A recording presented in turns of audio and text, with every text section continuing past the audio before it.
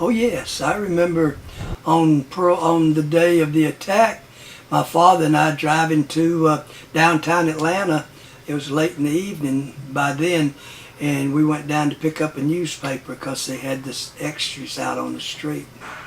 I heard President Roosevelt on the radio saying the day of infamy and the rest of his speech. Yesterday, December 7th, 1941, a date which will live in infamy. And then shortly after, they had wardens that were ensuring that lights were out in the evening.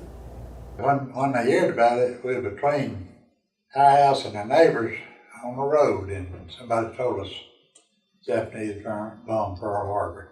I came out of a picture show, a theater show, on Sunday, and people were running up and down the street saying, "Pearl Harbor's been bombed." I was on the steps of the front of a bungalow in Maywood, Illinois, hearing the Bears beat the Washington Redskins 63-0 for a new record in the NFL when they broke in and said, "Pearl Harbor has been bombed."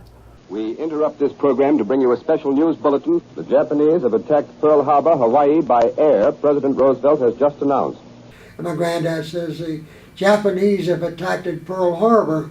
And I said, well, where's Pearl Harbor? He said, he doesn't know.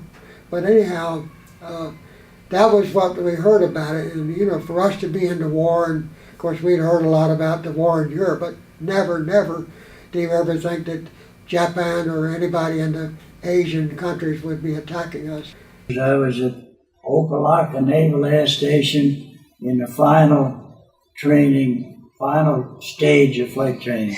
Pearl Harbor had been attacked and bombed, see, and they were talking about the Japanese, where, you know, what's the president going to do, and what are we going to, how's it going to be at a place called Pearl Harbor? We'd never heard of Pearl Harbor, never, and big headlines. They had bold headlines: Japanese attack at war. See. And the next day, they were lined up, all the services, trying to enter the service. How dare someone try to bomb our country? A whole bunch of my friends in high school, they immediately, the next day, went down and joined the military. A couple of my buddies and I, we got talking. We knew you'd make up your mind which way you were going to go. We were all single. So we said, well, I'm going to join the Navy. And when we got to Pearl Harbor, there's this Hickham's Field on the right when you come in the channel. The hangars were still burning, aircraft was burning, barracks were burning. Dead ahead is Fort Island, aircraft pile up on the end were burning. We went around Fort Island and came back to the carriers, landings and docks, and landed, and the ship was covered in at least an inch of oil. And the ships were upside down and burning, and guys like me that had no authority were sent out in working parties to recover the bodies.